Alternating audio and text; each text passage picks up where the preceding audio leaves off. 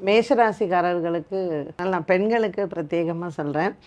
மேஷராசிக்காரர்களில் அஸ்வினி நட்சத்திரக்கார பெண்களுக்கெல்லாம் திருமண யோகங்கள் வரக்கூடிய அமைப்பு நிறையா உண்டு. பரணி நட்சத்திரக்காரர்களுக்கு பெண்களுக்கு உத்தியோகத்தில் இருப்பவர்களுக்கு உத்தியோக உயர்வு கிடைக்கக்கூடிய வாய்ப்புகள் அதிகம். கிருத்திகா நட்சத்திரக்காரர்களுக்கு பெண்களுக்கு குறிப்பாக உங்கள் வீட்டில் அப்பாக்கோ அம்மாக்கோ உடல் ஆரோக்கிய குறைபாடுகள், அதுக்கு மருத்துவ செலவுகள் வருவதற்கு வாய்ப்புகள் இருக்குது. ஸோ இந்த குரு பெயர்ச்சியில் பெண்கள் பிரத்யேகமாக பார்த்து கொள்ள வேண்டியது சிக்கனம். தேவையில்லாமல் நம்ம நகையை அடகு வச்சு கடன் வாங்கிறது, இல்லை உடன் பிறந்தவர்களுக்கு நம்ம கடன் கொடுக்கறது, உங்கள் நகையை வச்சு வீட்டுக்கு தெரியாமல் செய்கிறது, இதெல்லாம் நீங்கள் செய்யாமல் இருந்தால் இந்த சனி ராகு கேத்து குரு பெயர்ச்சியில் மேஷராசியில் இருக்கக்கூடிய பெண்களுக்கு அது ஒரு பாதுகாப்பாக இருக்கும்.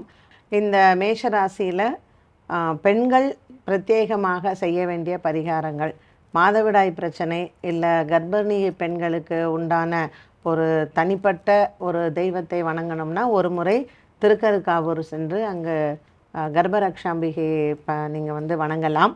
முடிந்தவங்க குவஹாத்தியில் அசாம் மாநிலத்தில் இருக்கக்கூடிய காமக்கியா சென்று அங்கேயும் வழிபாடு செய்துவிட்டு வரலாம். மேஷராசியில் இருக்கக்கூடிய பெண்கள் குறிப்பாக உங்களுக்கு இந்த குரு பெயர்ச்சி ரொம்ப சாதகமாகவே இருக்கும்.